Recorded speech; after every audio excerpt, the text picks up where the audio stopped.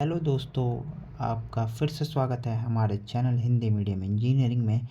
तो मैं आपको आज पढ़ाने वाला हूँ यूनिट 4 जो डा का होने वाला है, design analysis and algorithm, design and analysis of algorithm.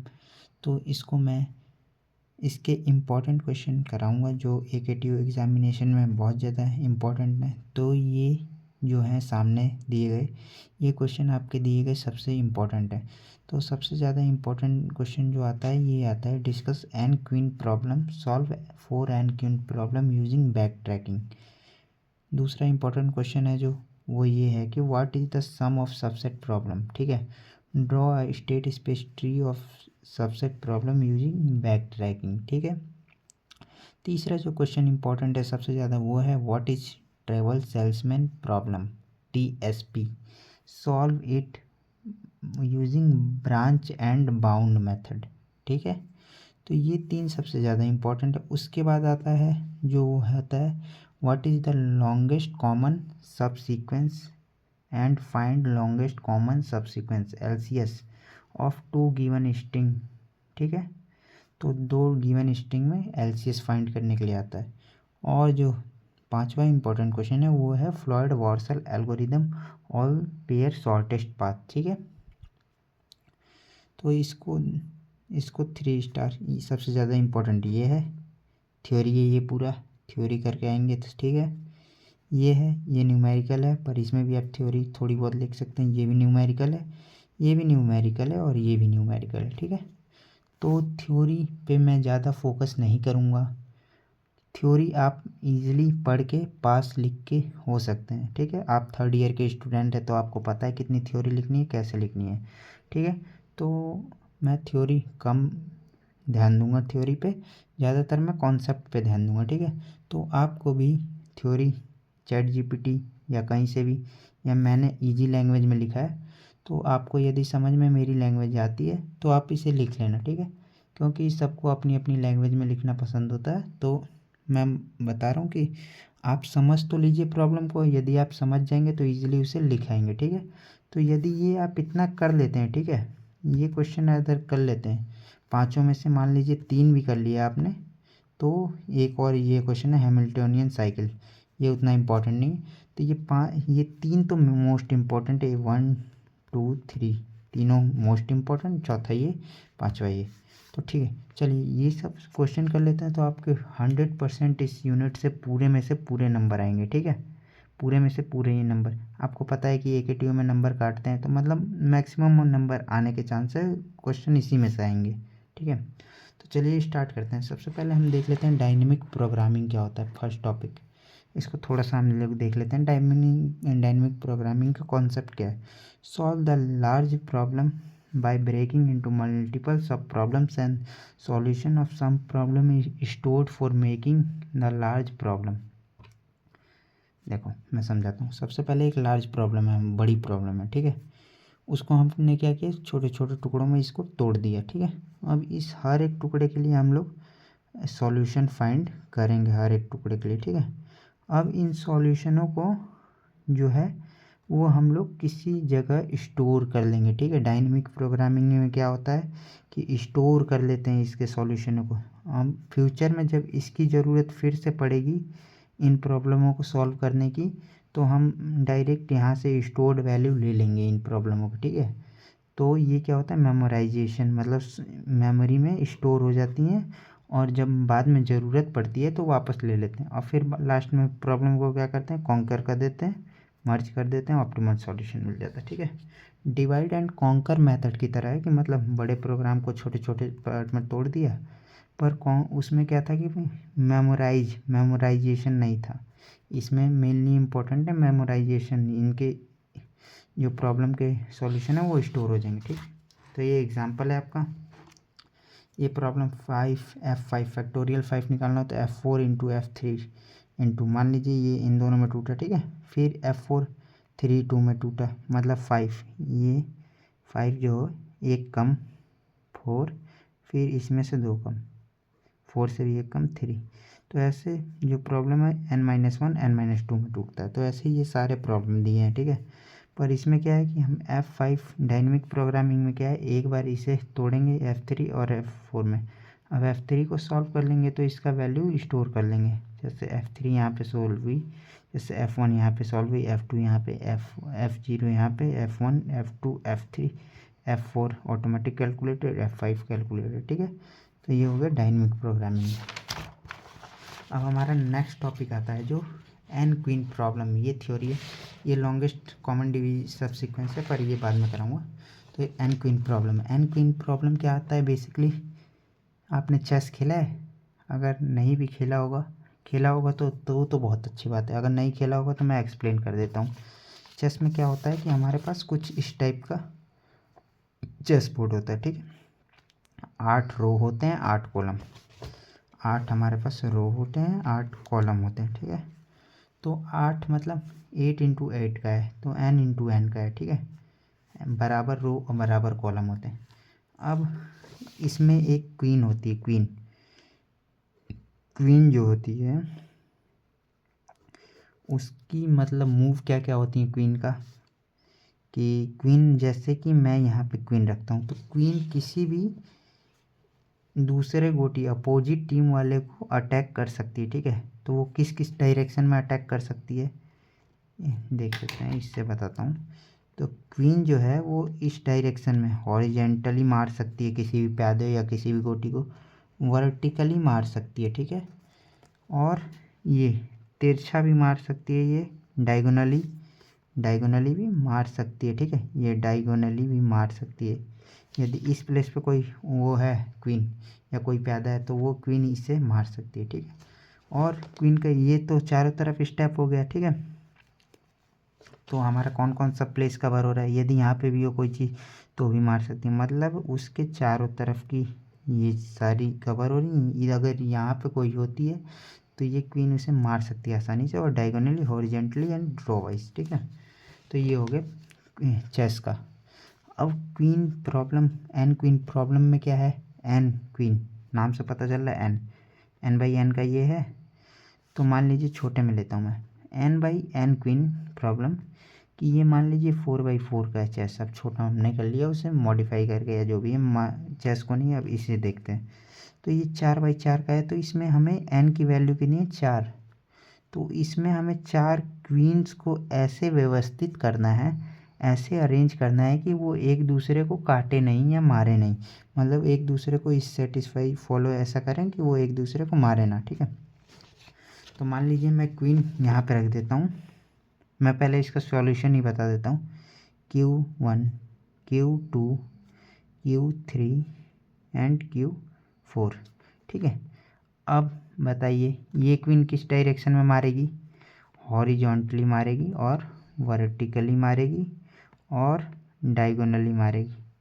ठीक है, देख सकते हैं ये किसी को टच नहीं कर रही है, किसी को नहीं मार पा रही है। ठीक है, अभी इस वाली का देख लेते हैं। तो इस वाली, ये वाली क्वीन किस डायरेक्शन में मारेगी, ये ऐसे मार देगी, हॉरिजेंटली, वर्टिकली एंड डायगोनली मारेगी। देख सकते हैं इस वाली क्वीन से भी ये इस पे आएगा, इस पे नहीं आएगा। इस वाली क्वीन ने भी किसी को टच नहीं किया, दूसरी क्वीन को नहीं मारा। ठीक है, इस वाली क्वीन के लिए देख लेते हैं। तो ये वाली क्वीन भी ऐसे ऐसे ऐसे और ऐसे देख सकते हैं। इस वाली क्वीन ने भी इन सब क्वीन को टच नहीं किया, मतलब मारा नहीं, किसी को भी नहीं मार सकती। ये वाली क्वीन वैसे ही नहीं मार सकती, ये वाली भी ऐसे मारेगी, ऐसे मारेगी, ऐसे और ऐसे, मतलब कि ईच क्वीन एक दूसरे को नहीं मार सकती। तो यही होती है एन क्वीन प्रॉब्लम, कि एन क्वींस को किस तरह हम एन इंटू एन बोर्ड में अरेंज करना, मतलब कैसे अरेंज करें कि वो अरेंज हो जाए और ईच एक दूसरे को मारे नहीं। ठीक है, तो ये होता है हमारा N queen problem. N queen are able to place N into N so that chessboard so that no queen are attacking to each other. No two queens are in the form, same row में नहीं होनी चाहिए, same column में नहीं होनी चाहिए, same diagonal में नहीं होनी चाहिए। वही मतलब कि सेम में होगी तो मार देगी, तो सेम में नहीं होनी चाहिए। ठीक है, तो अब ये हो गया। अब ये किस अप्रोच पे हम इस प्रॉब्लम को सॉल्व करते हैं, बैक ट्रैकिंग के अप्रोच पे हम लोग सॉल्व करते हैं। कैसे, तो बैक ट्रैकिंग का अभी आगे नीचे एग्जाम्पल बताता हूँ। ये हो गया backtracking idea. Place a queen in a row, ठीक है। Check if positive position is safe, if safe तो move to the next row.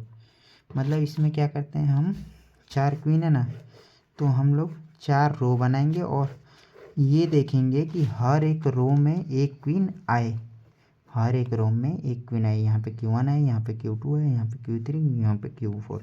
Q4 इसमें कहीं पे भी आ सकती है, Q3 भी कहीं पे भी आ सकती है, Q2 भी इस रो में आएगी, Q1 इस रो में कहीं पे भी आ सकती है। तो इस तरह से अरेंज करना है, ठीक है। तो देख सकते हैं ये वही बात कर रहा है कि इफ़ सेफ तो move to the next row. यदि इसमें मैंने Q1 को यहाँ पे लगा दिया, अगर यहाँ पे अब सेफ़ है ये पोजीशन में, ये तो सेफ़ ही है, शुरुआत में कुछ है ही नहीं तो क्या दिक्कत है। फिर Q2 को देखेंगे, ये यहाँ पे सेफ़ है, Q2 नहीं सेफ़ है क्योंकि ये इसका एरिया में है। तो ये यहाँ पे देखेंगे, यहाँ पे भी नहीं सेफ़ है तो इसको यहाँ पे भी नहीं डालेंगे, तो यहाँ पे भी नहीं सेफ़ है तो अभी यहाँ पे डालेंगे, ठीक है। तो अब ये देख सकते हैं यहाँ पे ये सेफ़ है, ठीक है। तो ऐसे ही हर एक Q3 के लिए भी इस रो में कहीं अरेंज करेंगे और Q4 के लिए भी इस रो में कहीं अरेंज करेंगे, ठीक है। तो हर एक रो के लिए एक क्वीन अरेंज होगी, ठीक है। If not safe move to the next row, if not safe back tracking. अगर ये सेफ़ नहीं होता, मान लीजिए ये Q2 तो मैंने यहाँ पे कर दिया, अगर मैं Q3 के लिए बनाऊँ तो इस रो में कहाँ मैं करूँगा आप बताइए। यहाँ पे करूँ, यहाँ पे करूँगा तो ये इसे मार देगी, यहाँ पे Q3 करूँगा तो ये इसको मार देगी। अगर यहाँ पे करूँगा Q3 को यहाँ पे ना करके तो ये इसे मार देगी क्योंकि ये हॉरिजेंटली मार रही है, अटैक कर रही है। यहाँ पे करूँगा तब तो वर्टिकली भी मार रही है ये वाली, यहाँ पे भी करूँगा तो ये इसी को मार रही है। मतलब कि ये इसमें आ ही नहीं सकती, इसमें नहीं आएगी। तो क्या लिख रखा है यहाँ पे, नोट सेफ है तो रिमूव क्वीन, बैक ट्रैकिंग करेंगे। बैक ट्रैकिंग मतलब कि ये वाली क्वीन जो है हमारी राइट पोजीशन पे नहीं है, तो अब हम इस क्वीन को राइट पोजीशन पे करेंगे। तो राइट पोजीशन पे करने के लिए क्या करेंगे, इसको अब नहीं यूज के अभी इसको नहीं डालेंगे, इसको पहले सही पोजीशन पे लाएंगे। तो इसको मान लेते हैं यहाँ से हटा के Q2 यहाँ पे कर दिया, ठीक है, कर दिया, ओके। अब हमारा Q2 तो सेट हो गया। अब Q3 यहाँ पे आ सकता है, Q3 यहाँ पे आ सकता है क्योंकि Q1 ऐसे मारेगा, ऐसे मारेगा और यहाँ पे मारता है, ठीक है। Q2 ऐसे मार रहा है, ऐसे मार रहा है और इधर मार रहा है, ये पोजीशन हमारी छूटी तो Q3 आ गया, ठीक है। अब मान लीजिए Q4 मैं कहाँ करूँगा, Q4 यहाँ पे करता हूँ तो इससे मार देगा। अगर Q4 यहाँ पे करता हूँ तो ये यहाँ पे जो क्वीन है वो इसे मार देगी Q3। अगर यहाँ पे करता हूँ तो भी इसी मार देगी, अगर यहाँ पे करता हूँ तो ये वाली मार देगी। तब तो दिक्कत हुई, मतलब कि अब इसको भी बैक ट्रैकिंग करेंगे। ये भी सही पोजीशन पे नहीं है, ये भी सही पोजीशन पे नहीं है, तो इसको सही पोजीशन पे लाएंगे। यहाँ पे तो आ ही नहीं सकती, यहाँ पे भी नहीं आ सकती, यहाँ पे भी नहीं, तो ये भी मतलब अभी गड़बड़ पोजीशन पे है क्या। बट ये तो पूरी लास्ट में चली गई है तो ये गड़बड़ पोजीशन पे नहीं है। तो इसको अब नहीं करते हुए अब इसको भी बैक ट्रैकिंग करेंगे, इस वाली Q1 को। देख लिए हम बैक ट्रैकिंग में मतलब इस वाले को नेक्स्ट स्टेप में लाएंगे, जैसे कि मैंने यहाँ पे समझाया था। तो ऐसे ही बैक ट्रैकिंग का कॉन्सेप्ट होता है, जब नहीं आ पाती है तो बैक ट्रैकिंग करके उसको उसकी राइट पोजीशन पे शिफ्ट करते हैं। Algorithm start from zero, try placing queen in each column of current row. हाँ, करंट रो के ईच कॉलम में ट्राई करेंगे प्लेस करने का, ठीक है। मतलब ऐसा भी नहीं है कि 2 सेम कॉलम में आ जाएंगी, ऐसा भी नहीं है, 2 सेम रो में भी नहीं आ सकती, कॉलम में भी नहीं आ सकती। तो वही लिखा है इसने कि try placing queen in each column of current row. Current row के ईच कॉलम में हम ट्राई करने की कोशिश करेंगे। अगर इसमें नहीं हुआ प्लेस तो फिर इसमें करेंगे, फिर इसमें ये नहीं हुआ तो इसमें करेंगे, इसमें ये नहीं हुआ तो इसमें करेंगे। यही कह रहा है कि मतलब करंट रो के ईच कॉलम में ट्राई करेंगे रखने की, तो हो जाएगा। तो ठीक है, if safe position go to the next row. अगर सेफ है तो नए वाले में रखेंगे। इफ़ ऑल कॉलम फेल्स, मतलब अगर ऑल कॉलम्स फेल हो गए, इसमें कुछ कंडीशन हो ही नहीं पा रही नेक्स्ट के लिए, तो बैक ट्रैकिंग करेंगे टू प्रीवियस रो, ठीक है।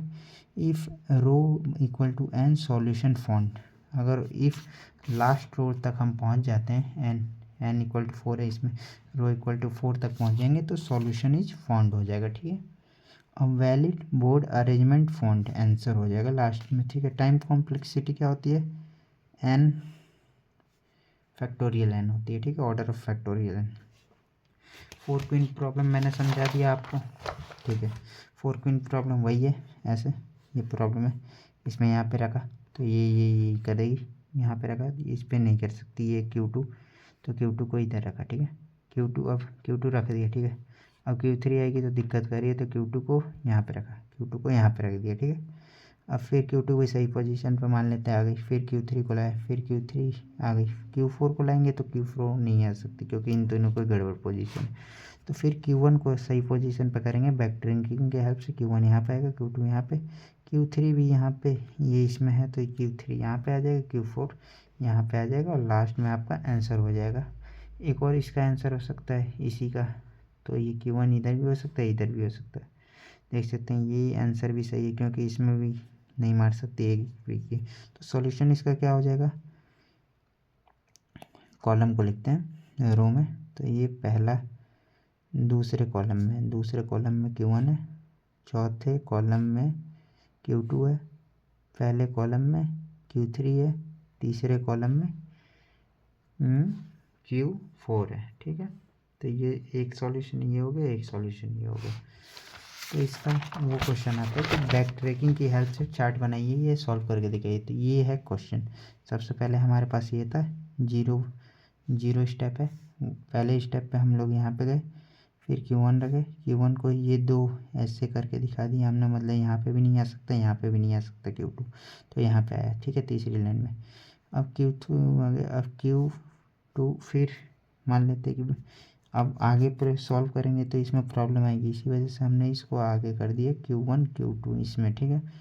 फिर Q2 को इधर सॉल्व किया और Q3 यहाँ पे आ गया, Q1 यहाँ पे आ गया Q2, पर यहाँ पे अब दिक्कत आएगा, ठीक है। तो इसको बैक ट्रैकिंग पूरा करेंगे, यहाँ से यहाँ पे जाएंगे। अब Q1 कहाँ पे चला गया, इसमें ना होकर यहाँ पे आ गया, ठीक है। अब Q1 यहाँ पे आया, फिर इन तीनों में देखेगा तो इन तीनों में प्रॉब्लम है, तो यहाँ पे Q2 हो गया, Q2 आ गया। Q3 के लिए डायरेक्ट यहाँ पे देखेगा पहली बार में सक्सेसफुल, Q3 आ गया। फिर यहाँ पे Q4 के लिए कुछ ऐसा बन जाएगा और Q4 आ जाएगा यहाँ पे। और ये चार्ट आप याद कर लें, जैसे भी रट्टा मार लो या जो भी है कर लो, ठीक है, हो गया। बैक ट्रैकिंग क्या है, बैक ट्रैकिंग वही है ये, back tracking means go to the back the same way which by you come, मतलब सेम वे जिसके द्वारा आप आए हैं उसी के द्वारा चले जाए। मान लीजिए मैं यहाँ से आया, यहाँ पे सॉल्यूशन नहीं मिला तो मैं वापस जाऊँगा यहाँ पे। अब यहाँ से दो रास्ते हैं, एक इधर एक इधर, तो नीचे वाला है अभी, तो अभी नीचे जाऊँगा, फिर यहाँ पे भी नहीं मिला तो यहाँ जाऊँगा, फिर यहाँ पे भी नहीं मिला वो सॉल्यूशन तो फिर वापस मैं लौट के पूरा आऊँगा और फिर यहाँ पे जाके यहाँ पे मुझे यहाँ पे सॉल्यूशन मिल गया। तो ये हो गया बैक ट्रैकिंग का कॉन्सेप्ट, ठीक है। 8x8 क्वीन का प्रॉब्लम भी आता है, तो ये कुछ ऐसा डायग्राम बन रहा है, इसमें ईच क्वीन किसी को मार नहीं सकती, ठीक है। तो ये हो गया आपका। अब sum of subset problem by using back tracking. तो sum of subset problem it is a backtracking problem. देखिए ये बैक ट्रैकिंग प्रॉब्लम है, ये इसकी ओरिजिनल डेफिनेशन आसान सी है बिल्कुल, ये थोड़ी कठिन होगी तो जो भी है आप याद देख लेना। In the question given a set of integer S, question में क्या दिया होगा, सेट ऑफ इंटीजर, मतलब ये इंटीजर का सेट दिया होगा S, and a target sum M number in this the problem, target sum दिया होगा एम की वैल्यू क्या दी है, यहाँ पे 9 दी है क्वेश्चन में, मतलब और टारगेट नंबर दिया होगा एम, जिसको हमें फाइंड करना है। We find the subset of given set which element sum is equal to the target number, मतलब इनमें से किन चीज़ों का सम करें कि हमारा टारगेट नंबर का वो सम आ जाए। तो इसमें 3 और 4 करेंगे तो 7 हो जाएगा, 3 4 5 करेंगे तो 7 5 12 हो जाएगा, ज़्यादा हो गया तो नहीं हुआ। अगर मान लीजिए 12 अकेले जाता है, अब इन दोनों का कॉम्बिनेशन बना लेते हैं, 5 और 3 8 नहीं हो रहा है, तो 4 और 5 मैच हो रहा है, हाँ 4 और 5 9, तो 9 क्या हो गया इसका, 4 और 5 इसके सबसेट हो गए और 9 के इक्वल आ गया एम, तो ये आंसर हो गया। तो इसके लिए दो बैक ट्रैकिंग के अप्रोच में समझने के लिए ये दो चीज़ें हैं, इफ़ x1 इक्वल टू 1 या i लिख सकते हैं इसको, ठीक है, और if x1 equal to 0 for x1, ठीक है, एक्सक्लूड मतलब कि नहीं लेना, इसको 0 से डिनोट कर सकते हैं, इसको लेना है इसको नहीं लेना, लेना है नहीं लेना है कुछ समझ में नहीं आया। x1 इसको मान लेंगे x1, इसको x2, x3, x4। तो इसमें क्या कॉन्सेप्ट है कि यदि हम x1 ले रहे हैं तो x1 के लिए 1 लिख देंगे, ठीक है। अगर x1 का यूज नहीं कर रहे हैं तो x1 के लिए 0 लिख देंगे, ठीक है। बस इतना सा मेन कॉन्सेप्ट है। अब इसकी क्वेश्चन को देख लेते हैं। ये आपको क्वेश्चन दिया होगा, ये आपका सम निकालना होगा। तो इसमें इजीली हम देख के तो बता ही सकते हैं कि इनमें से किसका सम 50 होगा। 10 और 40 50 हो जाएगा, 20 और 30 ऑल्सो 50 हो जाएगा, मतलब 2 सेट निकलने। तो ये दोनों कैसे मैं फाइंड कर पाऊँगा वही देखना है मुझे। तो ये 10 20 30 40, ये x1 x2 x3 x4 लिख दिया, ठीक है। अब इसको देख लेते हैं। सबसे पहले हम लोग 0 से स्टार्ट करेंगे, ठीक है। 0 से स्टार्ट किया, ठीक है। 0 में यदि x1, यहाँ पे x1 x2 x3 x4 लिखते जाएंगे, पर मैं यहाँ पे भी लिखा हूँ। तो x1 इक्वल टू 1, अगर x1 इक्वल टू 1, 0 था सबसे पहले, अब x1 इक्वल टू 1 किया, मतलब 0 में 10 ऐड करूँगा तो कितना हो जाएगा, 10 हो जाएगा। तो यहाँ पे 10 लिख दिया, ठीक है। अब 0 में अगर x1 ऐड नहीं करूँगा, 0 मतलब नहीं लेना है x1 को, तो 0 में x1 नहीं लिया तो 0 ही रह जाएगा, ठीक है। अब मान लीजिए इतना बन गया, अब मेरा इतना बन गया, ठीक है। अब सेम कॉन्सेप्ट करेंगे x2 के लिए। x2 के लिए 1 लेंगे, तो x2 1, तो यहाँ पे क्या वैल्यू है 10, 10 में 20 जोड़ेंगे तो क्या हो जाएगा, यहाँ पे नीचे आ जाएगा 30, ठीक है। और यदि x2 के लिए 0 लेंगे तो यहाँ पे 10 है, अगर 10 में 20 नहीं लेंगे तो क्या आएगा, 10 ही रह जाएगा, ठीक है। ये कॉन्सेप्ट काम कर रहा है।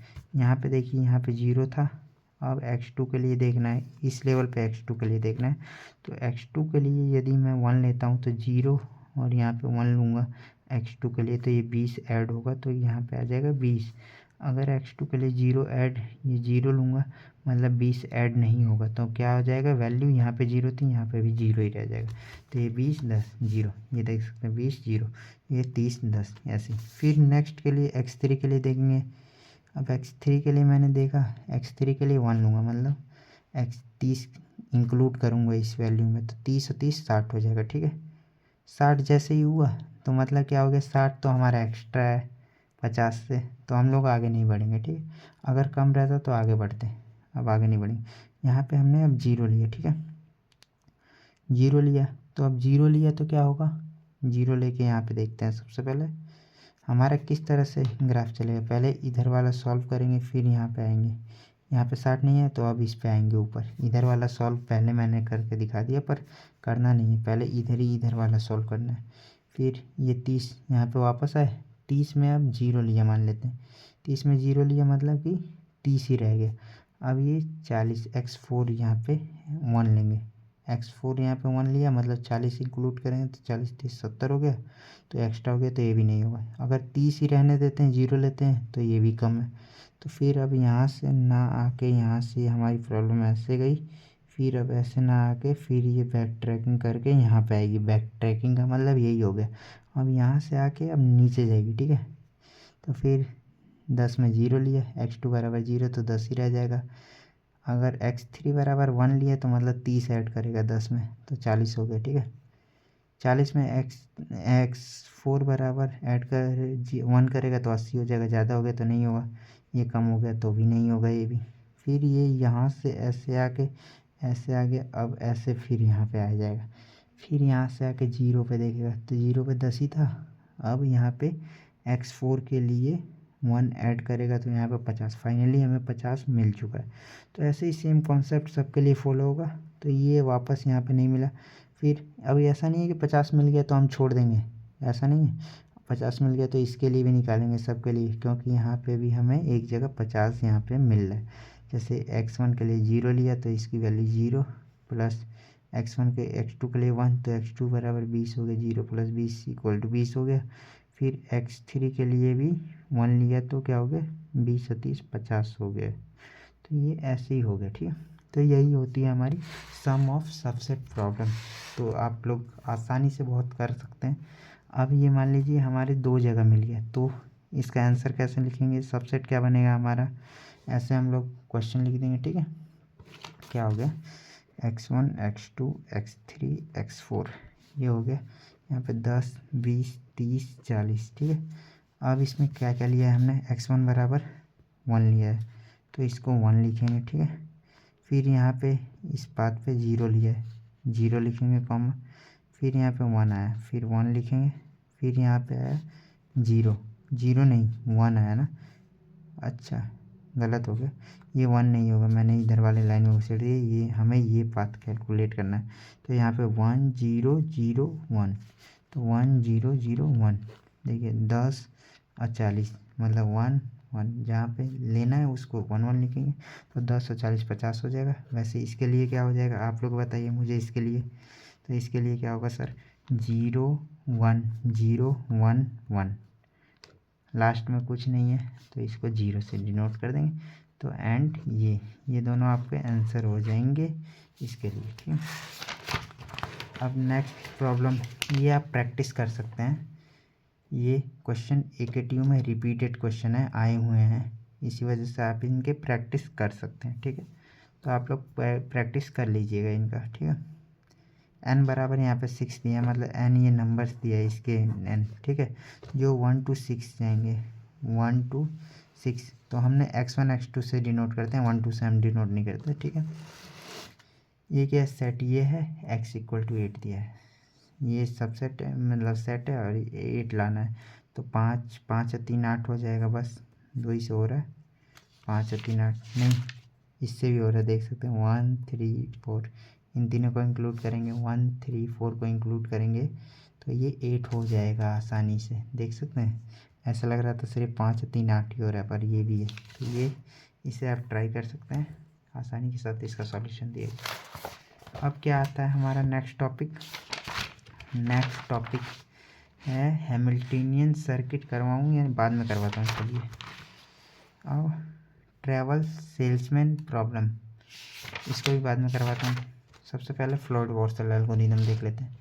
तो फ्लोयड-वॉर्सल एल्गोरिथम क्या हो जाएगा, it is a dynamic programming algorithm used to find the shortest path from one vertex to another vertex. क्या समझ में नहीं आया, चलिए कोई बात नहीं, समझा देता हूँ आपको, ठीक है। ये एल्गोरिथम है इसका, आप लोग लिख सकते हैं।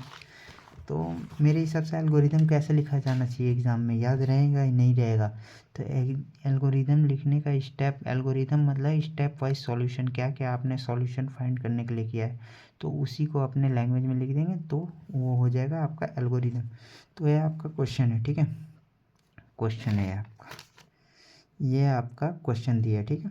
अब क्वेश्चन दिया है, ठीक है, ये क्या हो गए, ये वर्टेक्स होते हैं या नोड्स होते हैं, ठीक है, नोड्स या वर्टेक्स। ये क्या होती है, ये एज होती हैं, एज, ठीक है। अब क्या है, मुझे मान लीजिए ये मेरा घर है, ये मेरे दोस्त का घर है, मुझे मेरे घर से मेरे दोस्त के घर डायरेक्ट जाने में मान लीजिए 2 3 रास्ते, कई सारे रास्ते हैं। एक तो ये डायरेक्ट रास्ता है, मतलब कि इधर से मैं सीधे यहाँ से यहाँ पे जा सकता हूँ, पर इसके घर से यहाँ पे नहीं आ सकते क्योंकि ये इस तरफ को नहीं है, ठीक है। ये डायरेक्टेड ग्राफ का होता है जिसमें डायरेक्शन दी होती है, मतलब 1 से 2 की तरफ जाया जा सकता है, तो ठीक है। कितने रुपए लग रहे हैं, 8 रुपये लग रहे हैं, ठीक है।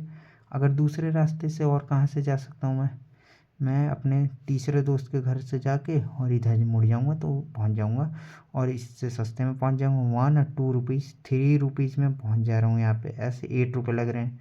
मान लीजिए ये हाईवे था, ये लोकल रास्ता है, तो इस पर 3 रुपये में पहुँच गए यहाँ पे, ठीक है। तो ये किस लिए यूज होता है फ्लोयड-वॉर्सल एल्गोरिथम, ऑल टू ऑल, मतलब हर एक वर्टेक्स से हर एक वर्टेक्स तक जाने में मिनिमम कितना खर्चा हुआ है या मिनिमम कॉस्ट फाइंड करने के लिए यूज होता है ये, ठीक। तो ये मैंने आपको आसान से एग्जांपल से बता दिया, ठीक है। मेनली फोकस ये क्यों रहता है मेरा रियल वर्ल्ड एग्जांपल्स का लेने का, क्योंकि ये आपको एग्ज़ाम में आसानी से याद आ जाएगा, अच्छा है ऐसे कर देते हैं, हाँ ठीक है, ठीक है। और 1 2 बार आप लोग रिवीजन करेंगे तो आपका हो जाएगा आसानी से। मैक्स स्टेप 1 होता है डिस्टेंस मैट्रिक, इसमें जितने नोट दिए होते हैं उतनी डिस्टेंस मैट्रिक्स बनेगी, ठीक है। और कहाँ से स्टार्ट होगी, 0 से, तो 0 से n तक बनेगी, तो 0 से n मतलब कि ये 4 है, तो 0 से 4 तक मतलब टोटल 5 मैट्रिक्स बनेंगी, ये देख सकते हैं, ये 5 मैट्रिक्स बनी हुई है टोटल। तो इसको देखते हैं यहाँ से, सबसे पहले ये मैट्रिक्स बनाते हैं हम लोग, ये सिंपल मैट्रिक्स बना लिया, ठीक है। मैट्रिक्स कैसे बना लिया, ये हो गया अपना, ये 1 2 3 4 1 2 3 4।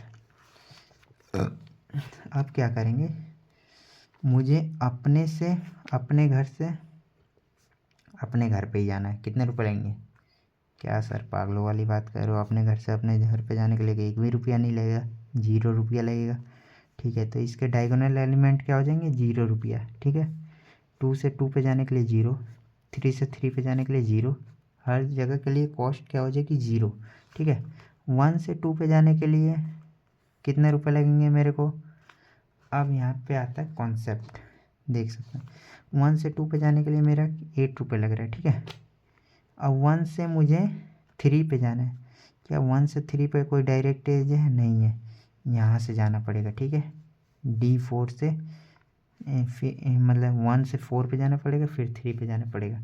पर मैं इस पहली मैट्रिक्स में 0 मतलब D0 का मतलब डायरेक्ट देखूँगा, डायरेक्ट यदि कुछ है तो लिखूँगा, नहीं है तो उसकी जगह 5 लिख दूँगा, ठीक है। 1 से 4 पे जाने के लिए 1 रुपया लग रहा है, ठीक है, 1 कॉस्ट है। 2 से 1 पे जाने के लिए कितना है, 2 से 1 पे जाने के लिए डायरेक्ट कुछ है ही नहीं, D0 में डायरेक्ट का रास्ता देखना है बस, नहीं है तो इनफाइनाइट लिखना है। तो ऐसे ही मैंने ये सबका कॉस्ट लिख लिया है, ठीक है। आगे अब मैं क्या करता हूँ, अब मैं D1 मैट्रिक्स बनाऊँगा। D1 मैट्रिक्स मतलब क्यों, D1 मतलब कि अब 1 को मैं ऑल्सो इंक्लूड करके लिखूँगा। तो 1 को इंक्लूड करूँगा तो क्या फ़ायदा होगा, D1 में मैं 1 को इंक्लूड करूँगा, ठीक है। 1 को इंक्लूड करूँगा, ये मैंने बता दिया 1 को इंक्लूड करूँगा। समझ में नहीं आया 1 को कैसे इंक्लूड करूँगा, मतलब मेरे को यदि 4 से 3 पे जाना है तो मैं 4 से 3 पे जाने के लिए 1 का इस्तेमाल कर सकता हूँ, मतलब 1 के घर से होके गुजर सकता हूँ, 1 के घर पे जा सकता हूँ, फिर 3 के घर पे जा सकता हूँ, ठीक है। अगर यहाँ से रास्ता हो तो D1 का मतलब यही हो गया कि 1 यूज करना है, ठीक है, 1 यूज करना है, ठीक है। अब क्या हो जाएगा, 1 का यूज करना है। अब मैं D1 मैट्रिक्स बना दिया, ठीक है। अब D1 के लिए ये क्या हो जाएगा, first row and first column same हो जाएंगी और डायगोनल एलिमेंट सेम, ये आप याद रखना। D1 के लिए first row first column same, D2 के लिए second row second column same, मतलब जो इसकी वैल्यू होगी वही यहाँ पे उतर जाएगी। पहले ये बनाया ना, इसमें से D1 को सेम कर देंगे और डायगोनल और रो कॉलम को, ठीक है। तो अब इसको सेम लिख दिया और अब ये वाले वैल्यू बने, ये कहाँ से, 2 से 3 पे जाने के लिए कितना कॉस्ट लग रहा है, 2 से 3 पे जाने के लिए 1 लग रहा है। अगर 1 की हेल्प से जाते हैं तो 1 की हेल्प से रास्ता ही नहीं है तो कहाँ से जाएंगे, तो इसको 1 रहने ही देंगे पहले वाला ही।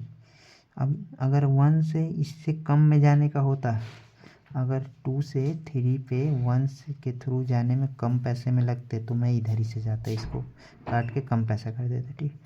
अब 2 से 4 पे जाना है, 2 से 4 पे जाना है, 2 से 4 पे जाने का कुछ है ही नहीं, 1 के थ्रू कहीं से 1 के थ्रू भी नहीं जा सकते तो कुछ है ही नहीं, तो क्या होगा इनफाइनाइट ही रह देंगे, ठीक है।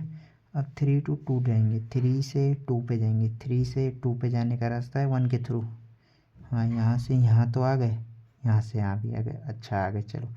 3 से 2 पे जाने का जो पहले था, 3 से 2 पे डायरेक्ट नहीं था, इनफाइनाइट था, ठीक है।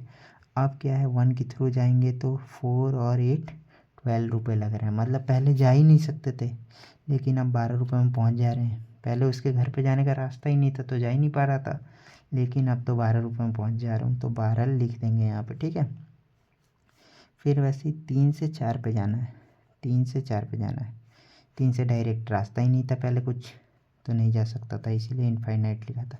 अब 3 से 1 पे जाऊँगा, 1 से 4 पे, मतलब 1 का यूज करना है, D1 में 1 का यूज करना है, D2 में 2 का भी यूज कर देना है, D1 और D2 का दोनों 1 और 2 का दोनों का यूज करके मिनिमम कॉस्ट फाइंड करना है। तो ये आ गया 5, ऐसे ये सब निकल गया। अब ये हो गई हमारी D1 मैट्रिक्स। अब ये D2 बनाएंगे, D2 भी सेम बनाएंगे ऐसा। फिर इसमें क्या करेंगे, दूसरी रो दूसरा कॉलम, दूसरी रो ये और दूसरा कॉलम ये, और डायगोनल एलिमेंट सब एज इट इज़ यहाँ से यहाँ पे छाप देंगे, ठीक है। छापना आप लोग जानते ही हो, तो ये मैंने ये निशान लगा दिया कि ये सेम है, ठीक है। अब इस वैल्यू को फाइंड करेंगे, 1 से 3 पे जाना है, किसका यूज करके, 1 और 2 दोनों का यूज कर सकता हूँ। 2 का मतलब कि जी 1 का भी यूज कर सकता हूँ, 2 का भी यूज करके मैं देखता हूँ इसमें अगर रास्ता है तो मैं चला जाऊँगा। ठीक, तो 1 और 2 का यूज करके रास्ता देखता हूँ, अगर है तो चला जाऊँगा। तो देख लेते हैं, मैं यहाँ से 1 से 3 पे जाना चाहता हूँ, 1 से 3 पे जाना चाहता हूँ, किसका यूज करके, 1 और 2 दोनों का यूज कर सकता हूँ। तो 1 से 3 पे जाना है, तो सबसे पहले मैं यहाँ से डायरेक्ट तो जा ही नहीं सकता था, अब 1 का यूज करने के बाद भी नहीं जा सकता था। अब 1 और 2 दोनों 3 पे जा सकता हूँ क्या, हाँ, इधर से मैं इधर चला जाऊँगा, फिर इधर से इधर, तो 8 एक 9 रुपये में पहुँच जा रहा हूँ। पहले जहाँ पे कोई रास्ता ही नहीं था यहाँ जाने के लिए 1 से 3 पे, वहाँ पे अब 9 रास्ता भी बन गया और उसकी कॉस्ट क्या है, 9 रुपये में मैं पहुँच जा रहा हूँ। तो ऐसे ही सबके लिए फाइंड कर लेंगे इसमें, ठीक है, कर लेंगे आप, ईजीली है, ईजी है, हाँ ईजी है। एक और कॉन्सेप्ट यहाँ पे देख सकते हैं कि ये डिजिट यहाँ पे चेंज है, कैसे चेंज है, 4 से मेरे को 3 पे जाना है, ठीक है, 4 से 3 पे जाना है तो क्या होगा, 4 से मेरे को 3 पे जाना है, डायरेक्ट एज थी, हाँ 9 रुपये लग रहे थे डायरेक्ट में। लेकिन अब 1 और 2 का यूज करके मैं कम पैसे में जा सकता हूँ क्या अपने दोस्त के घर, इसके घर जा सकता हूँ क्या, मान लीजिए मेरा घर यहाँ है, मेरे को यहाँ जाना है, हाईवे से जा रहा हूँ, 9 रुपये लग रहे हैं, अब मैं छोटे कच्चे रास्ते से जा रहा हूँ तो इधर से 2 रुपये प्लस 1, 3 ही रुपये में काम बन जा रहा है, तो मैं किससे जाऊँगा, मेरे को फ़ायदा किस में है, हाँ सही पकड़े हैं आप लोग, इससे जाऊँगा तो फ़ायदा है, तो इससे मैं चला गया और इसको 9 की जगह 2 प्लस 1 3 लिख दूँगा, 9 की जगह यहाँ पे 3 लिख दिया, ठीक है। अब D3 बनाएंगे, D3 भी बनाया, तो D3 में तीसरा रो तीसरा कॉलम और डायगोनल एलिमेंट सेम, और सेम अब मैं 1 2 3 तीनों का यूज करके हर सबसे सब पे पहुँचने की कोशिश करूँगा। 1 से 1 पे पहुँचा, 1 से तो ये सेम है, ये भी सेम है इसका, ये इनफाइनाइट था पहले, यहाँ पे पहुँचा नहीं जा सकता था, ठीक है। तो इस वैल्यू को हमने यहाँ पे कैसे फाइंड किया, 2 से 1 पे जाना था मुझे, तो 2 से मेरे को 1 पे जाना था, डायरेक्ट कोई रास्ता ही नहीं था, तो अब मैं 1 2 3 का यूज करके जा सकता हूँ 2 से 1 पे, तो 3 का यूज करके, हाँ यहाँ से यहाँ पे चला गया, तो 1 और 4 5 हो जाएगा, ये 5 आपका यहाँ पे आ गया।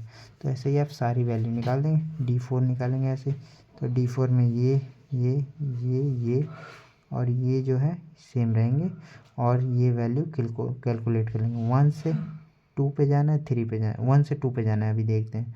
तो यहाँ पे पहले कितने रुपए लग रहे थे, 3 तक, मतलब 2 1 2 3 3 नोट का इस्तेमाल करके मेरे 8 रुपये लग रहे थे।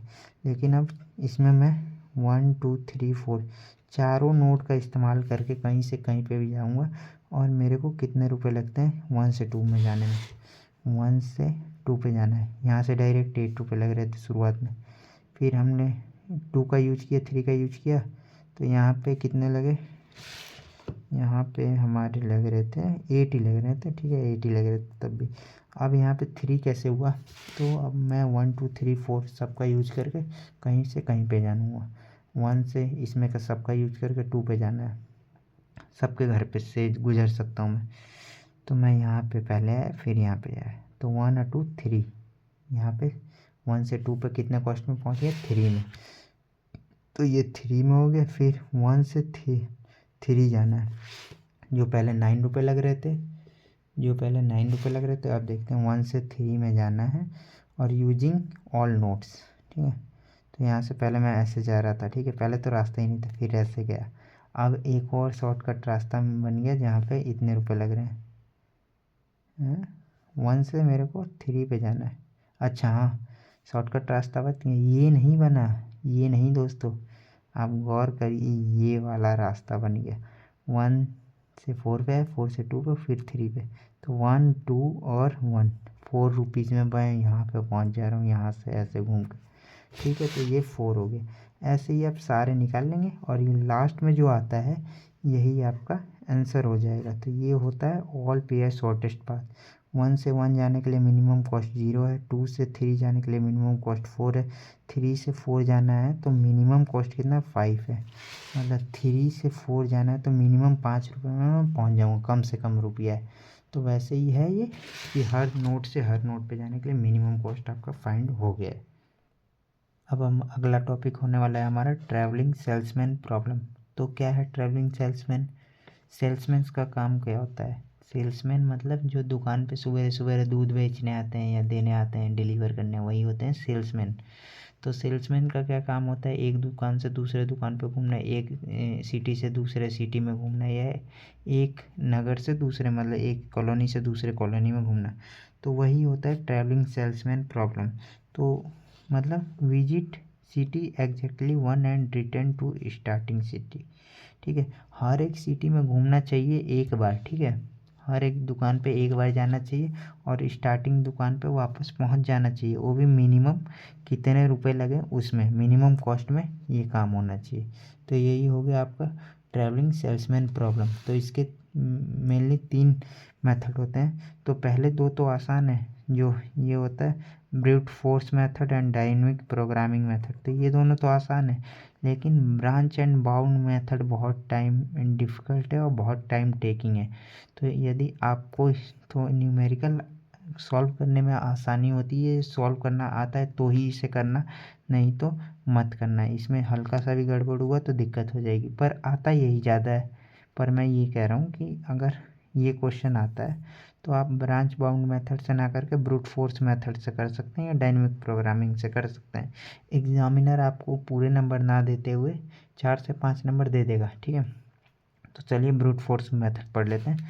तो ये आपको इस तरह का ये शहर है, मान लेते हैं ये सिटीज़ है या दुकान है। ठीक है, आप ट्रेन में सेल्समैन को हर एक सिटी पे जाना है और एग्जैक्टली एक बार जाना है, हर एक नोट को विजिट करना है। यहाँ से स्टार्ट किया तो हर एक नोट को एक बार जाना है। ठीक है, और वापस यहीं पे आना है। ठीक है, इधर से गया तो ऐसे घूमते हुए यहाँ पे आ जाएगा वापस, या तो इधर से जाके इधर को आ जाएगा। ठीक है, तो ये मिनिमम पैसा में करना है। पैसा कैसे? कॉस्ट जो हमने अभी पिछले वाले क्वेश्चन में फाइंड की, तो ये कॉस्ट ऑलरेडी दिया हुआ है सबका। ठीक है, तो हमें मिनिमम फाइंड करना है। तो मिनिमम क्या चीज़ हो सकता है? पहला मेथड है, ये पहला मेथड का नाम है ब्रूट फोर्स मेथड। तो इसमें क्या है, सबसे पहले ये 1, तो यहाँ पे हम 1 लिख देंगे। 1 से हम कहाँ कहाँ पे जा सकते हैं? 1 से 2 पे जा सकते हैं, 3 पे जा सकते हैं, 4 पे जा सकते हैं। ठीक है, अब 2 से कहाँ पे जा सकते हैं? 3 पे जा सकते हैं, 4 पे जा सकते हैं। 3 से कहाँ पे जा सकते हैं? 2 पे जा सकते हैं, 4 पे जा सकते हैं। 4 से 2 पे जा सकते हैं, 3 पे जा सकते हैं। ठीक, अब ये 1 2 3, अब एक ही बच रहा है इसमें 4। ठीक है, 4 पे यहाँ पे 1 पे भी आ गया, 2 पे भी आ गया, 4 पे भी आ गया, तो यहाँ पे क्या बच रहा है? 3 पे। अब यहाँ पे 4, यहाँ पे 3, यहाँ पे 3, यहाँ पे 2। अब वापस इनको कहाँ पे जाना है? 1 पे जाना है वापस। तो 1 1 1 1 1 सब पे जाना है, 1 पे ही जाना है। अब सबका कॉस्ट फाइंड करेंगे कि किससे कितना कॉस्ट लगा है। तो ये देख लेंगे, 1 से 1 जाने में 0 रहा, 1 से 2 जाने में कितना लग रहा है? 10। तो 1 से 2 जाने में 10 हो गए। ठीक है, अब 1 से 3 जाने में 15 हो गए। 1 से 4 जाने में 20। ठीक है, अब 2 से है 3 जाने में, यहाँ पे क्या है? 2 से 3 जाना है, तो 2 से 3 जाने में कितना लग रहा है? 25। तो 25 हो गया। ठीक है, ऐसे ही सबका निकालेंगे। 2, अब इससे मान लेते 3, इससे मुझे 4 जाना है, तो 3 से 4 जाना है, तो 3 से 4 मेरा 5 रुपीज़ ये आ रहा है यहाँ पे। तो यहाँ पे 5। अब 4 से वापस 1 जाना है, 4 से 1 जाना है, तो 15। अब ये क्या हो गया? 10 और 25, 35 हो गया। 35 5 40, 40 और 10, 50 5 55। इस रूट से मतलब इस अगर वो पहले 1 पे जाता है, फिर 2 पे जाता है, फिर 3 पे जाता है, फिर 4 पे जाता है, फिर 1 पे जाता है, तो उसको 55 रुपये लग रहे हैं। ठीक है, तो ऐसे ही सबका आप निकाल लेंगे और जो मिनिमम होगा वो आपका आंसर हो जाएगा। यही होता है ब्रूट फोर्स मेथड में। तो ये देख सकते हैं सबका मैंने निकाल लिया है ऐसे, और इसमें मिनिमम 35 है, तो 35 आपका आंसर हो गया। मिनिमम डिस्टेंस सॉरी मैंने कॉस्ट बोल रहा था, पर मिनिमम डिस्टेंस इसको मान लेंगे तो मिनिमम डिस्टेंस हो जाएगा ये, ठीक है। और ये पिछले वाली जो फ्लड वार्सल हमने पढ़ा उसमें भी डिस्टेंस ही कहते हैं, क्योंकि वो D0 D1 D2 D3 distance matrix थी, ठीक है। तो यहाँ पे आपको समझ तो आया था ना, कॉस्ट या डिस्टेंस तो कुछ भी मान सकते हैं, ठीक है। अब नेक्स्ट आता है डायनेमिक प्रोग्रामिंग। डायनेमिक प्रोग्रामिंग में सेम क्वेश्चन है यही वाला, तो इसको कैसे, सेम क्वेश्चन नहीं है, अलग है, ठीक है, अलग है ये क्वेश्चन। तो इसको कैसे सॉल्व करेंगे, तो इसको सॉल्व करने के लिए सबसे पहले आपको क्या करना है, ये वाला डायग्राम एज इट इज बना देना है, ठीक है। अब आप इसको नीचे से सॉल्व करते चलिए, 1 से 4 जाने में, 1 से 4 से 1 जाने में, सॉरी 4 से 1 जाने में नीचे से सॉल्व करना है, पर देखना ऊपर से ही है। जैसे समझ में नहीं आया सर क्या कह रहे हैं, मतलब नीचे से तो सॉल्व करना है पर देखना इसको ऊपर से ही, सीधा ही सॉल्व करना है। ऐसा नहीं है कि इधर से इधर जाने लगे, इधर से ही आना है, ठीक है। क्योंकि ऊपर से ही सॉल्व कर जाते हैं अक्सर, पर ऊपर से डिफ़िकल्ट होता है काफ़ी करना, तो इसलिए मैं आपको नीचे से सजेस्ट कर रहा हूँ। तो इसको नीचे से सॉल्व करेंगे और ऐसे सीधा ही देखेंगे, कैलकुलेट करेंगे वैल्यू। तो 4 से 1 जाएंगे, तो 4 से 1 कितना हो गया, 8 हो गया, 8 लिख लिया। फिर 3 से 4, 3 से 4 कितना था, 3 से 4, 3 से 4 12 था, तो 12 और 8 पहले का 20 हो गया, ठीक है। ऐसे ही सबका निकाल देंगे, तो ये 3 से 1 पे 6 और 4 से 3 पे 6 और 9 15 हो जाएगा। 4 से 3 पे 9 होगा, 4 से 3 पे 9 है, 9 और 6 ये 15 हो गया। अब इस मोड पे यहाँ तक तो सब सही है।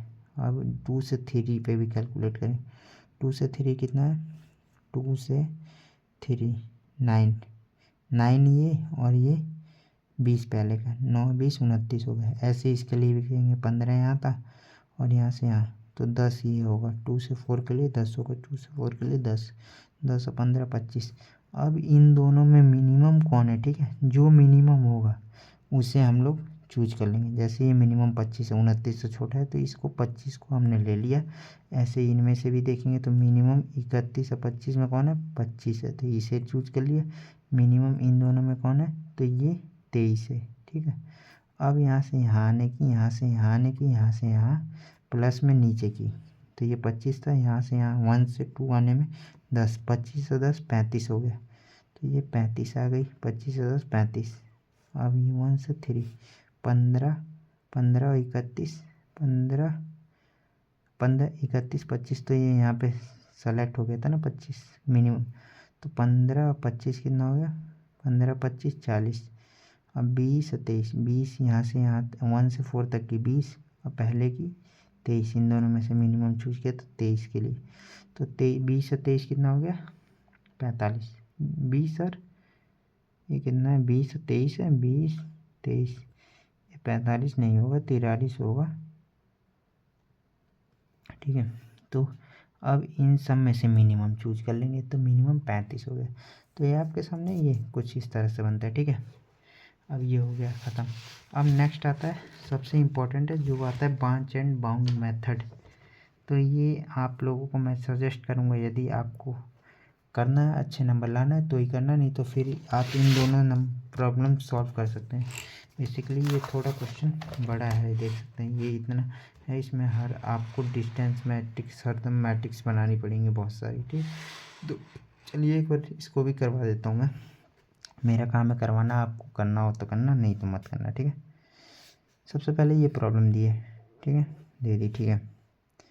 अब क्या करेंगे हम, ये जो कोने थे इनको 0 ना मान के हम इनफाइनाइट मान लेते हैं, ठीक है, इनफाइनाइट मान लिया। अब इसमें से फर्स्ट स्टेप, हर एक मैट्रिक्स के लिए मुझे क्या करना है, रेड्यूस करना है। क्या रेड्यूस करना है, रो भी रेड्यूस करना है और कॉलम भी रेड्यूस करना है। तो कैसे करेंगे, रेड्यूस रो और रेड्यूस कॉलम, ठीक है। तो इसमें सबसे मिनिमम देखेंगे कौन है, मिनिमम सबसे कौन है, मिनिमम सॉरी इसको रेड्यूस करेंगे ना, तो इनमें सबसे मिनिमम देखेंगे, तो मिनिमम 10 है, मतलब 10 को हर एक वैल्यू में से माइनस कर देंगे, मतलब इनफाइनाइट में से 10 गया तो इनफाइनाइट ही बचा, 10 में से 10 गया तो 0, 15 में से 10 गया तो 5, 20 में से 10 गया तो 10। तो वैसे ही ये 10 के लिए हो गया। अब फिर इसमें मिनिमम वैल्यू देखेंगे 5 है, तो हर एक वैल्यू में से 5 को माइनस कर देंगे। फिर इसमें देखेंगे तीसरी रो में, तो इसमें 6 है, तो 6 में हर वैल्यू में से माइनस कर देंगे। 6 में से 6 गया 0, 13 में से 6 गया 7 बचा, इनफाइनाइट में से 6 गया इनफाइनाइट, 12 में से 6 गया 6 बचा, ठीक है। फिर इसमें से मिनिमम वैल्यू देखेंगे तो मिनिमम इसमें 8 है, तो 8 में से 8 के 0 आएगा यहाँ पे, फिर 8 में से 8 के 0, फिर 9 में से 8 के 1 आएगा, ठीक है। और फिर इनफाइनाइट का इनफाइनाइट। अब जो ये वैल्यू आई है इनको जोड़ लेंगे, इनका जोड़ कितना हो जाएगा 29 हो रहा है, ठीक है। 29 यहाँ पे लिखा है मैंने भी छोटे से में, 29 हो गया, ठीक है। अब नेक्स्ट इसको अब रो वाइज तो रेड्यूस कर लिया, अब कॉलम वाइज रेड्यूस करेंगे। कॉलम वाइज रेड्यूस करके देख लेते हैं। तो अब कॉलम में देखेंगे हम लोग मिनिमम वैल्यू, तो इसके लिए मैं ये इस वाली को नहीं देखूँगा, इसका देखूँगा, ठीक है। इसके लिए इसमें से रेड्यूस करूँगा कॉलम वाइज, ठीक है। तो इसमें मिनिमम देखेंगे 0 है ही, इसमें मिनिमम देखा 0 है, 0 है तो 0 नहीं करेंगे। रेड्यूस करने के लिए कंडीशन क्या है कि मिनिमम अगर 0 नहीं होगा तो ही रिड्यूस हो पाएगा, अगर 0 या इनफाइनाइट है तो रिड्यूस नहीं हो पाएगा। मतलब इसमें 0 पहले से ही, तो क्या रिड्यूस करेंगे और क्या कम करेंगे 0 से, तो नहीं कर सकते। इसमें 5 4 इनफाइनाइट 1, तो इसमें 0 नहीं है, तो मतलब इसमें रिड्यूस कर सकते हैं। तो मिनिमम कौन सा है 1 है, तो यहाँ पे हमने ना 1 लिख दिया, ठीक है। 1 लिख दिया यहाँ पे, और सब में से 1 माइनस करूँगा। 5 में से 1 गया 4, 4 में से 1 गया 3, 1 में से 1 गया 0, ऐसे ही इसका ले लेंगे तो ये 5। अब इसको भी जोड़ लेंगे, 5 1 6, ये पहले 29 था, ये 6 था। तो अब टोटल रेड्यूस निकालेंगे, C1 का रिडक्शन कितना आया, तो टोटल 29 अच्छे 35, मतलब यहाँ पे जो रूट नोड पे आएगा इसको कितना कॉस्ट लग रहा है, 35 लग रहा है, ठीक है। 35 लगा, ठीक है, 35 लगा। तो अब मैं नेक्स्ट बता देता हूँ कि 35, ये जो आंसर होता है हमारा वो शुरुआत में ही आ जाता है, देख सकते हैं ये 35 है और ये 35 यहाँ पे ही आ गया, तो ये शुरुआत में ही आंसर आ गया मेरे को लगता है। इसे तो बाद में सॉल्व किया जाएगा, नहीं लास्ट में ही आंसर आ रहा है। 35 शुरुआत में ही नहीं है, बल्कि इसको 35 ही पूरा लग ही रहा है, यहाँ से यहाँ जाने में भी 35 लगा, यहाँ से यहाँ जाने में भी, और नीचे जाने में भी 35 लगा, तो ये बाद में सॉल्व करने पे ही आता है, ठीक है। अब for C2, अब ये C1 के लिए तो हमने कर लिया, ठीक है। C1 के लिए, अब C2 के लिए सेम चीज़ प्रोसेस करेंगे। अब किसको हम लोग वो मानेंगे, अब हम लोग किसको वो मानेंगे, क्या कहते हैं, किसको हम लोग पेरेंट मैट्रिक्स मान के करेंगे, इस वाले को पेरेंट मान के इस पे अप्लाई करेंगे। 4C2, तो 1 2 2, 1 से 35 हो गया। अब मैं 1 से कहाँ कहाँ जा सकता हूँ, मैं 2 पे जा सकता हूँ, 1 से 2 पे जा सकता हूँ, 1 से 3 पे भी जा सकता हूँ, 1 से 4 पे भी जा सकता हूँ। तो अब मुझे फाइंड करना है कि इन सब पे जाने पे कितना मुझे पैसा देना पड़ रहा है या कितना डिस्टेंस है, ठीक है। तो C2 को मैं रिड्यूस कर दिया। अब C2 के लिए निकालूंगा 1 से 2 पे जाने के लिए C2, ठीक है। 1 से 2, तो 1 to 2 जाना है मेरे को, तो क्या करूँगा मैं, first row and second column को मैं मान लूँगा कि ये क्या हो गया, इनफाइनाइट हो गया, ठीक है। और क्या मान लूँगा, 2 से 1 पे जाने में कितना लग रहा है, 2 से 1 पे जाने में भी इनफाइनाइट लग रहा है, ठीक है। दो चीज़ मानना है, एक तो पहला रो पहला कॉलम को इनफाइनाइट मानना है, और ये 2 to 1 जाने में इनफाइनाइट, ठीक है। और सब में कॉपी फ्रॉम पेरेंट कौन है, इसका ये पेरेंट है, इसको कॉपी कर देंगे और सब के लिए, तो ये कॉपी हो गया। अब C2 के लिए रिड्यूस करेंगे मैट्रिक्स को, क्या करेंगे C2 के लिए भी रिड्यूस करेंगे।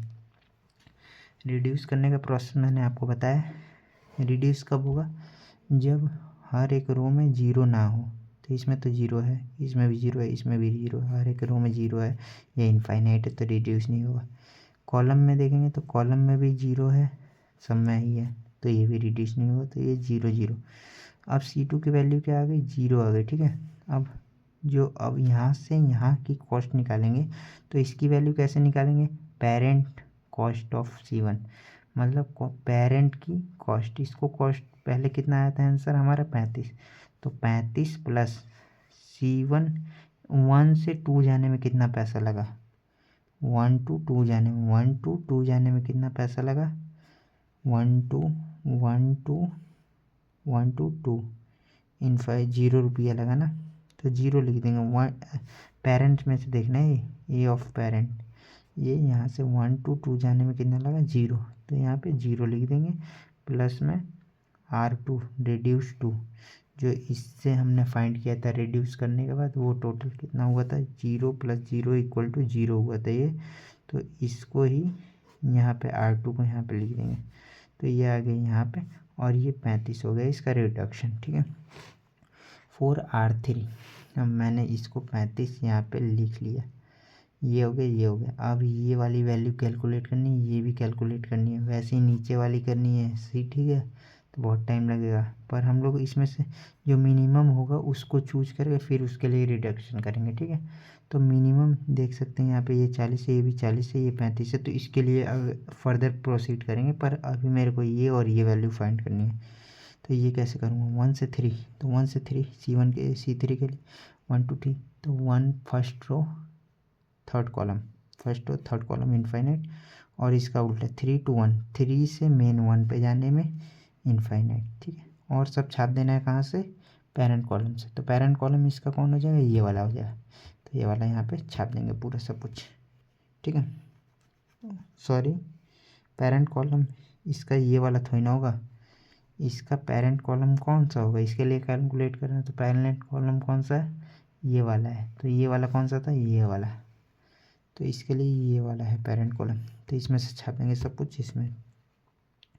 अब इसमें रेड्यूस करेंगे, इसमें मान लीजिए मिनिमम कौन सा है 1 है, तो सब में से 1 माइनस करेंगे, तो ये 1 0 आ जाएगा और ये 6 आ जाएगा, ये रिड्यूस्ड वैल्यू 1 आ गई, और यहाँ पे इसमें कुछ रेड्यूस हो गई नहीं, तो ये 1 आ गई।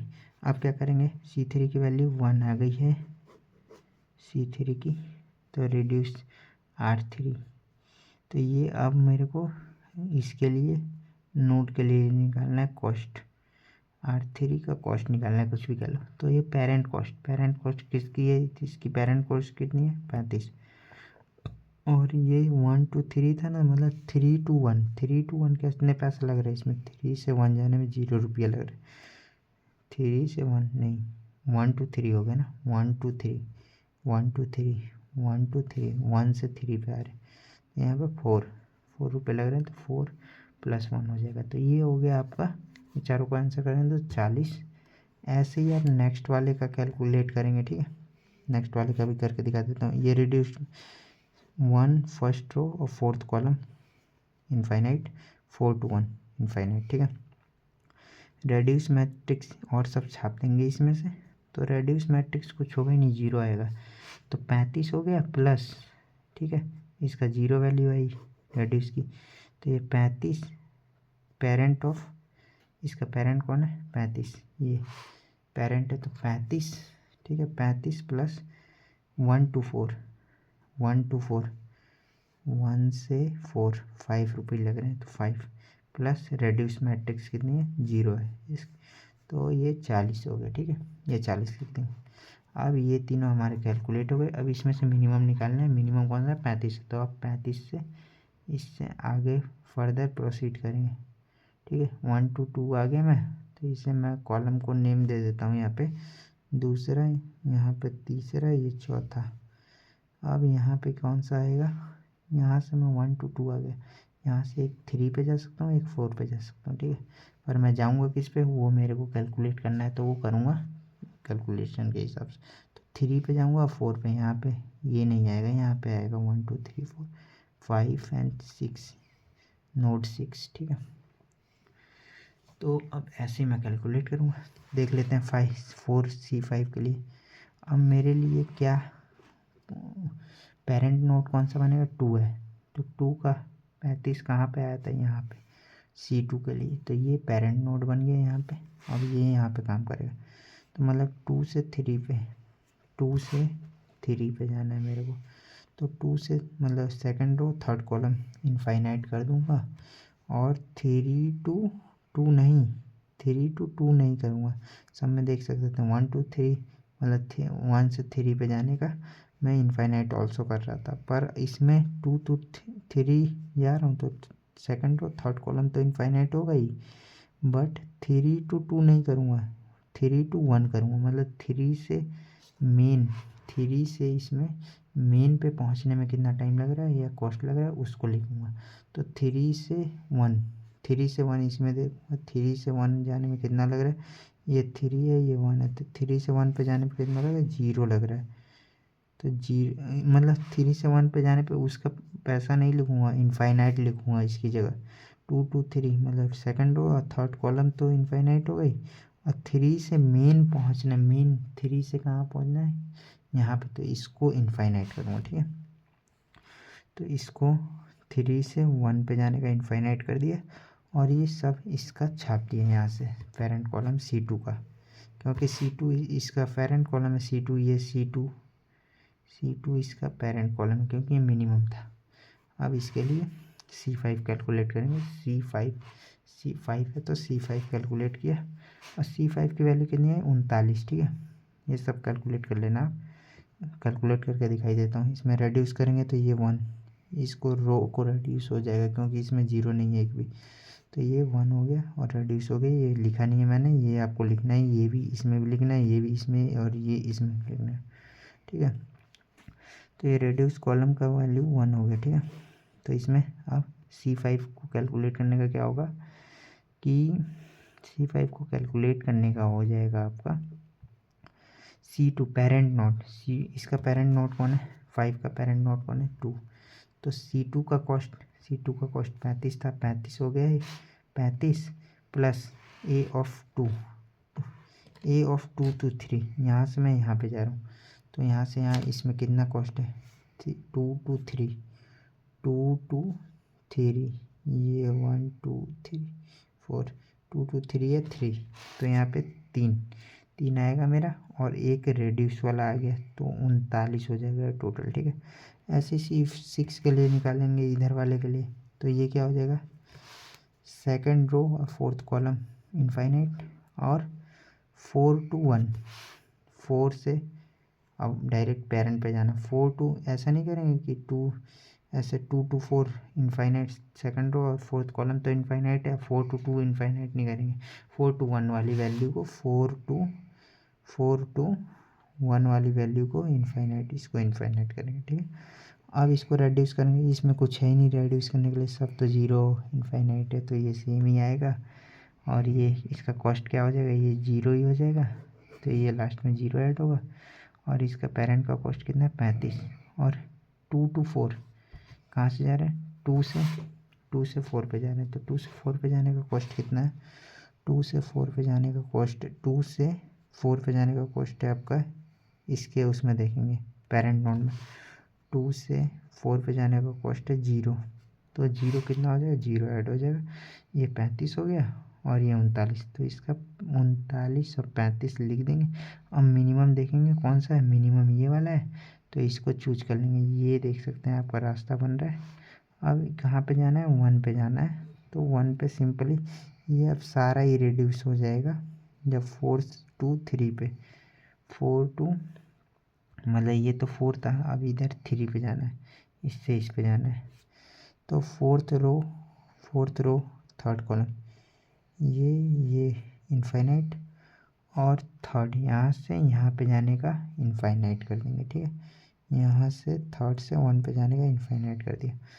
अब ये सारा वैल्यू इसमें से छापेंगे, पेरेंट में से, पेरेंट कौन है इसका, ये है 6, C6 पेरेंट है, तो यहाँ पे सारी इनफाइनाइट वैल्यू है, एक यहाँ पे 0 है बस। ठीक है, तो वो भी इनफाइनाइट हो गया। अब सब इनफाइनाइट हो गया, मतलब नो कॉलम रेड्यूस और नो रो रेड्यूस, मतलब कि सारा वैल्यू जो इसमें सब कुछ जो इसकी वैल्यू है वही इसकी वैल्यू हो जाएगी, ये 0 हो जाएगा रिड्यूस, और इसके पेरेंट की वैल्यू 35, 4 to 3 मतलब जो पेरेंट में होगा 4 to 3, पेरेंट में 4 to 3 मतलब कि पेरेंट में 4 to 3 यहाँ वाली वैल्यू आ रही है, ये वाली, तो ये वैल्यू है 0, तो ये हो जाएगी आपकी 0, और ये सब आपका आ गया 35 कटपिट के आंसर आ गया। देख सकते हैं ख़तरनाक सी प्रॉब्लम थी ना, तो इसी वजह से मैं कह रहा हूँ कि आप लोगों को करना हो अगर तो ही करना इसे, नहीं तो छोड़ सकते हैं इसे।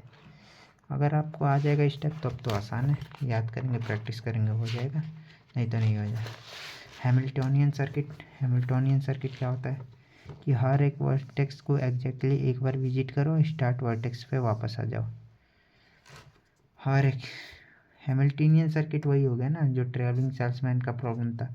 हर एक वर्टेक्स को एक बार विजिट करना और वापस से उस पर आ जाना है उस वर्टेक्स पे, तो वो क्या हो जाएगा, हैमिल्टोनियन साइकिल हो जाएगा, ठीक है, सर्किट हो जाएगा।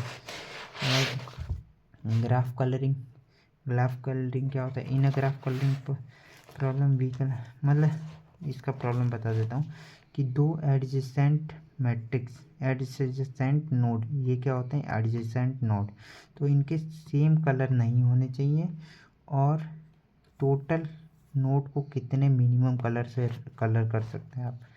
मान लीजिए कि ये सेम कलर नहीं होना चाहिए, तो मैं मान लेता हूँ इसको ब्लू से कर दिया, black red black green yellow सब कर दिया, मतलब अलग अलग कलर से कर दिया, तो ये तो हमारा कॉस्ट बढ़ जाएगा। हमें मिनिमम कलर यूज करना है और ये देखना है कि दो बगल वाले अड़ोसी पड़ोसी का कलर सेम ना हो, ठीक है।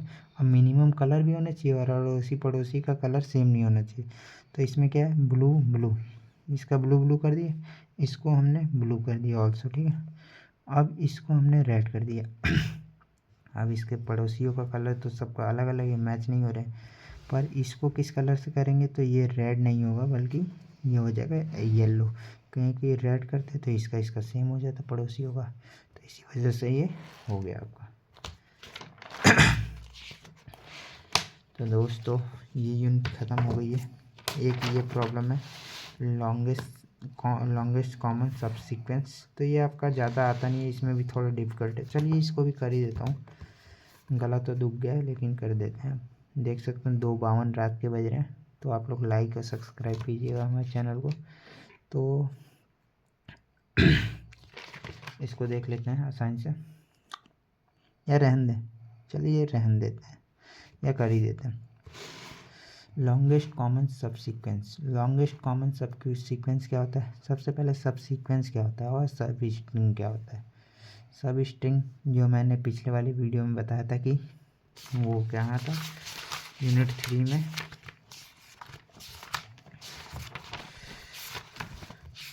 जैसे ये वेलकम टू इंडिया, ये COME है, तो ये COME क्या हो गया, इसका सब स्ट्रिंग हो गया, ठीक है, COME सब स्ट्रिंग हो गया।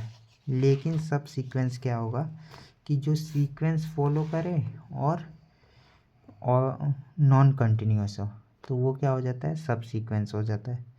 जैसे ABC का सब सीक्वेंस क्या क्या हो सकते हैं, A का A हो सकता है, BCD, ये तो ऑल्सो ये सब स्ट्रिंग भी हैं, तो AB भी हो सकता है, AC भी हो सकता है, AD भी हो सकता है। AC कैसे होगा, AC तो सब स्ट्रिंग नहीं होता था, क्योंकि सब स्ट्रिंग को होने के लिए कंडीशन क्या थी कि वो इधर से इधर मतलब सीधे में होने भी चाहिए, और प्लस में क्या होना चाहिए था, और कंटिन्यूस फॉर्म में होना चाहिए, ये सटे हुए चिपके हुए होने चाहिए थे। लेकिन सब स्ट्रिंग में सब सीक्वेंस में क्या है, नॉन कंटिन्यूस होता है और ऑर्डर तो होना चाहिए, मतलब इधर से चालू होकर इधर ही होना चाहिए। ऐसा नहीं है कि उल्टा DA होगा, नहीं DA नहीं होगा, AD हो जाएगा, क्योंकि इसमें AD सीधे सीक्वेंस में, इसको सीक्वेंस करने के बाद इसको कर सकते हैं, ठीक, कंटिन्यूस नहीं होगा, मतलब ये दोनों एक साथ नहीं है, इसके बाद का भी ले सकते हैं AC, यही कह रहा है। अब ये लॉन्गेस्ट कॉमन सब सीक्वेंस प्रॉब्लम क्या होती है, कोई स्ट्रिंग आपको दिया रहेगा बड़ा सा, उसमें बोलेगा कि लॉन्गेस्ट कॉमन सब सीक्वेंस निकालो। तो लॉन्गेस्ट कॉमन सब सीक्वेंस निकालने के लिए सबसे पहले आपको एक इस टाइप का वो बनाना होगा, क्या चीज़, आपको सबसे पहले इस टाइप का कुछ कॉलम और वो बनाना होगा, जैसा कि इसमें दिखाया गया है। फिर उसमें पहली रो और पहले कॉलम को 0 0 करना होगा। ये कितने साइज़ का बनेगा सर, आपने बताया नहीं, तो X और Y, X मतलब हॉरिजॉन्टल देखते हैं, तो X की वैल्यू कैसे हम देखेंगे, हॉरिजॉन्टल, तो ये ABCD ये इधर लगा देंगे, क्योंकि ये ऐसे ऐसे हॉरिजॉन्टली हमने अरेंज कर दिया, इनकी वैल्यू ये हो गई। और Y को कैसे देते हैं, वर्टिकली देखते हैं, तो Y की वैल्यू इधर को लगा देंगे और ऐसे ऐसे बी मतलब वाई की वैल्यू ऐसे हो गई, ऐसे हो गई, इसके लिए भी ऐसे ऐसे ये हो गई, ठीक है। तो वाई के लिए इधर लिख देना है, एक्स के लिए इधर लिख देना है, मतलब एक्स हॉरिजेंटल रो का यू ये वाला इसके वैल्यू हैं वो ऐसे देख रहे हैं, ठीक है। और वाई की वैल्यू वर्टिकली मतलब नीचे की तरफ देगा, ठीक है। अब ये मान लीजिए ये सब मैंने जीरो कर दिया, ये सब क्या कर दिया, जीरो कर दिया, जीरो कर दिया, ठीक है। अब ये जीरो कर दिया है मैंने। अब क्या लूँगा, ये जीरो हो गया, ठीक है, पहला रो पहला कॉलम। अब क्या करना है मुझे, ए बी देखूँगा क्या ये मैच हो रही हैं दोनों वैल्यू, नहीं मैच नहीं हो रही है, तो क्या करूँगा, मैच नहीं हो रही है, ए बी नहीं मैच हो रही है, तो मैं क्या करूँगा, सबसे पहले देखते हैं ए बी डिफरेंट है मतलब मैच नहीं हुई, तो अगर वैल्यू देखूँगा मैच नहीं हुई तो क्या देखूँगा, ऊपर वाली और इधर वाली वैल्यू देखूँगा कौन सी वैल्यू बड़ी है, जो बड़ी होगी वो लिख दूँगा यहाँ पे। अगर दोनों ही बराबर होगी तो ऊपर वाले को कंसीडर करूँगा, जीरो लिख दूँगा, और कौन सी वैल्यू हमने ली है तो ऊपर वाली, तो ऐसे तीर लगा दूँगा, ठीक है। ये हो गया, ठीक है, समझ में आ गया ना, हाँ आ गया। तो ये हो गया आपका सिंपली। अब डी के लिए चेक करेंगे, इस वैल्यू के लिए ए डी सेम नहीं है और जीरो जीरो है तो इसके लिए भी जीरो लिखेंगे पर ऊपर वाला लिखेंगे। फिर ए सी के लिए चेक करेंगे, जीरो जीरो है और डिफरेंट वैल्यू और जीरो जीरो है तो ऊपर वाली लिख देंगे और जीरो वैल्यू लिख देंगे। अब ए और ए के लिए लिखेंगे, ए और ए क्या हो गया, ए मैच हो गई, यहाँ पे क्या लिखा है, ए मैच। जब सेम हो जाए तो क्या करेंगे, स्ट्रिंग रो स्ट्रिंग कॉलम, स्ट्रिंग रो और string column diagonal plus one करेंगे। इसमें क्या करेंगे, डायगोनल प्लस वन कैसे था, ऐसे था ना, ये भी जीरो हो जाएगा, ए मैच हो गया। तो अब इसमें डायगोनल देखेंगे, ऐसे कर देंगे तीर और यहाँ पे plus one, zero plus one कितना होता है, वन हो जाएगा, तो ये वन हो जाएगा, ठीक है। ए बी देखेंगे तो ए बी जीरो और वन जीरो है, मैच नहीं हो रहा है, तो जो सी बड़ी वैल्यू होगी ये, और ये वैल्यू में बड़ी कौन सी है, तो ये वाली वैल्यू है, तो ये वन लिख देंगे और इधर का दे देंगे, जो वैल्यू बड़ी हो उधर को कर देंगे, ठीक है। तो ये हो गया इसके लिए। अब ए फिर मैच हो गया।